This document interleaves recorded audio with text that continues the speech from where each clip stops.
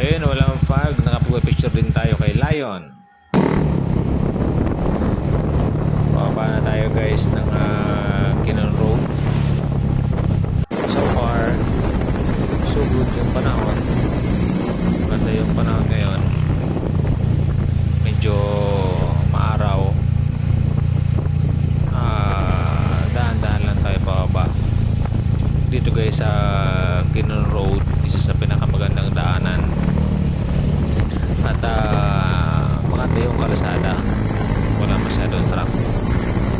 Yan, sarap dito guys. So mas maganda pag akit ka ng Baguio, pwede kayo mag Kinon Road. Pero tayo kanina dumaan tayo sa may Aritawag, sa may diba Vizcaya.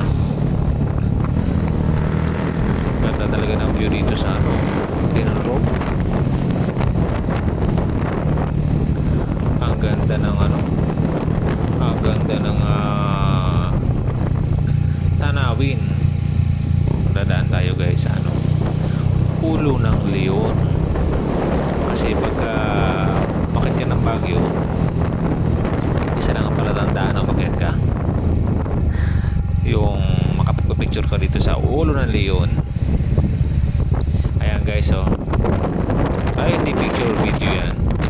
Dadaanan lang natin yan, picture ng konti tapos layas na.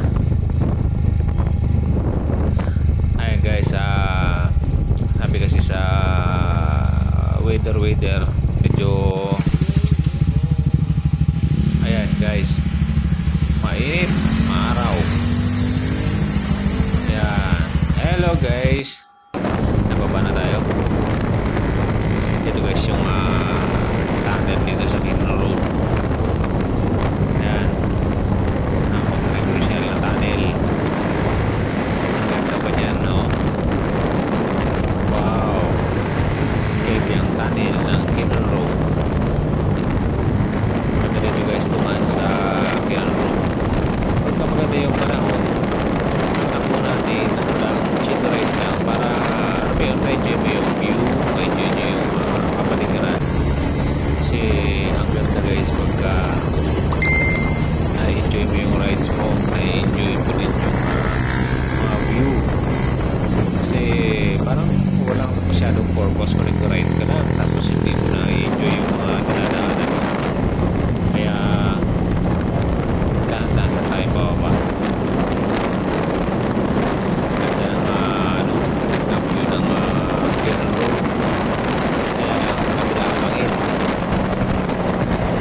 Pero pababa na tayo ng pababa. Spaghetti pababa ng pababa. Ayan, siguro doon na tayo mag doon tayo kakain sa baba. Medyo nagugutom na din ako eh. Meron na tayong importanteng mahalaga na puntahan doon siguro. Pero parang pinakapan ako sa ulam doon sa baba eh, sa dito sa taas maaraw. Pero nakasulubong tayo kanina, may kapote. Hindi ko lang nakuhaan dito. Sana walang sa baba. Ayun guys, sa mga gusto mag-rides dyan, ituloy nyo na yung rides nyo, yung puro plano. Mas maganda kasi pagka biglaan, yung plano-plano nako, so isa hindi natutuloy yan eh. Hindi mo ako solo ride. Yan, tignan nyo guys, ang ganda ng Kinon Road, oh. Wow, wow, wow, wow.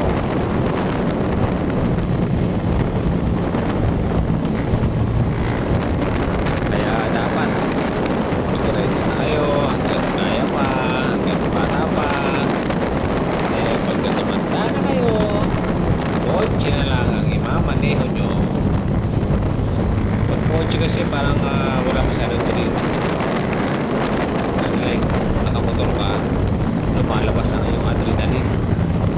Yung adrenaline mo sa katawan talagang lalabas yan, lalo na pagka medyo bumabangking mo tapos na-overshoot ka.